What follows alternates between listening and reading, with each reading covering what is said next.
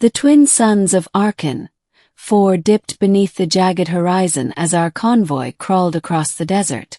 The land was a scorched sheet of bronze glass, broken only by the ruins of old outposts swallowed by drifting dunes. I sat on the roof of the lead crawler, goggles over my eyes, rifle folded against my knee. A storm brewed somewhere behind us, magnetic, judging by the way my hair kept lifting on its own. We'd been hunting her for 3 days. The alien warrior had raided 3 settlements, dismantled 2 security towers, and walked off with a stolen plasma core worth more than my entire crew's lives combined. What made her dangerous wasn't her strength, though she had plenty of that, nor her skill with a blade. No, the problem was that she moved with purpose. She wasn't looting at random. She was searching for something. Or someone. "Contact!" shouted Ro, our scout. 2 kilometers ahead. I lifted my goggles. A lone figure stood in the desert valley, wind whipping a long black cloak around her. Even at that distance, I could see the blade on her back, an obsidian curve etched in the language of her kind. "Shale," I muttered. "It really is you." The name tasted strange after all these years. Captain Darren climbed up beside me, face tight. "You know her." I hesitated. "Not exactly. Not anymore." He didn't press. No one did, not when a target was worth this much. The convoy halted, engines humming like beasts straining at the leash. Warriors didn't usually make themselves easy to find. This felt like a challenge. I jumped from the crawler before anyone could argue. Sand skidded under my boots as I walked toward her, sweat sliding along my spine. Every step felt like peeling open an old scar. She didn't move as I approached. She barely breathed. Her hood shadowed her face, but I recognized the stance. Solid, coiled, like she could cut down a tank with the swing of her sword. "Shale," I called. No reaction. The wind shifted. She lifted her head. Her eyes, luminescent silver, shaped like crescents, locked onto mine, and the desert seemed to fall away. Memories crashed over me. 2 children running through crystalline forests, her laughter ringing like chimes. Nights spent stargazing atop the roof of the orphan dome. The promise we'd made at 12 years old to never forget each other's true names. But things change. People grow teeth. "You followed me across half the planet," she said, voice low, distorted by the translator node at her throat. "Why?" "The plasma core is too dangerous," I replied. "Whatever you're planning." "It's not what they told you," she cut in. "Then tell me what it is."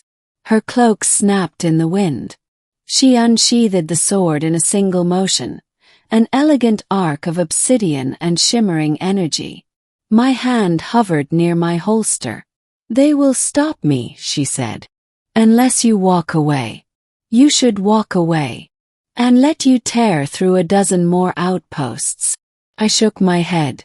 "That's not you, Shale." A flicker crossed her features.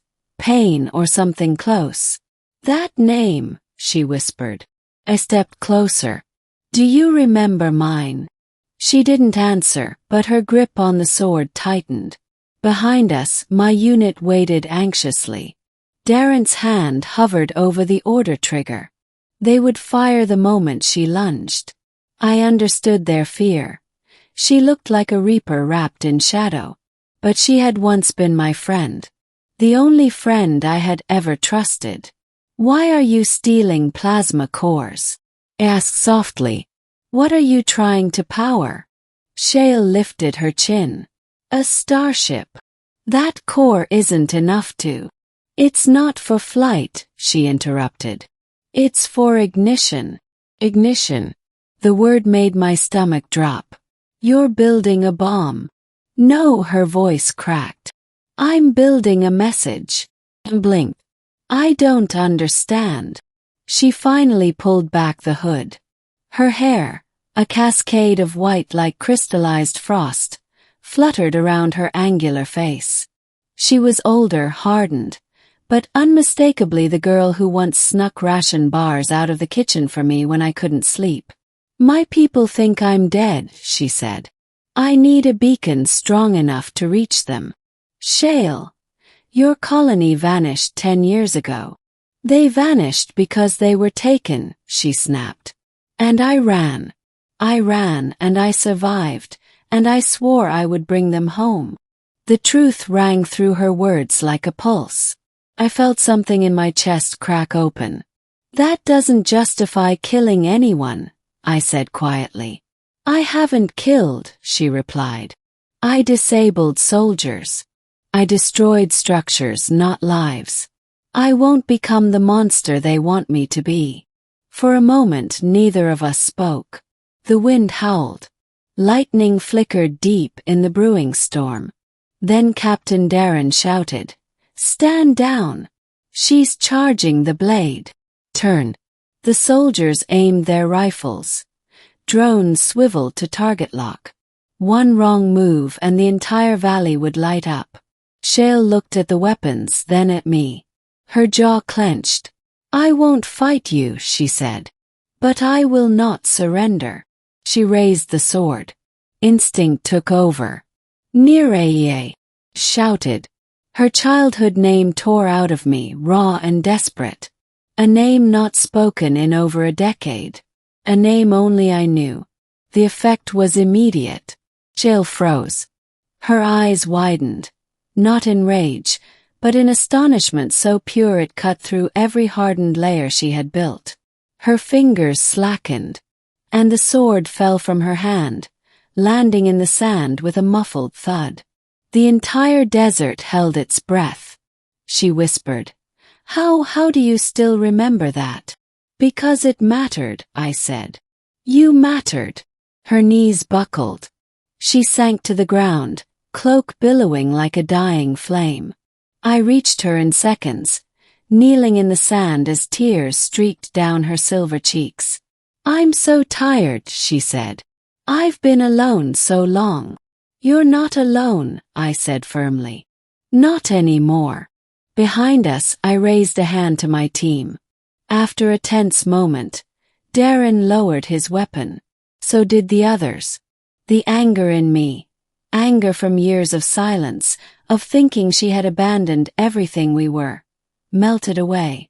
She had been fighting for her people, the same way I'd spent my life fighting for mine. We just took different roads.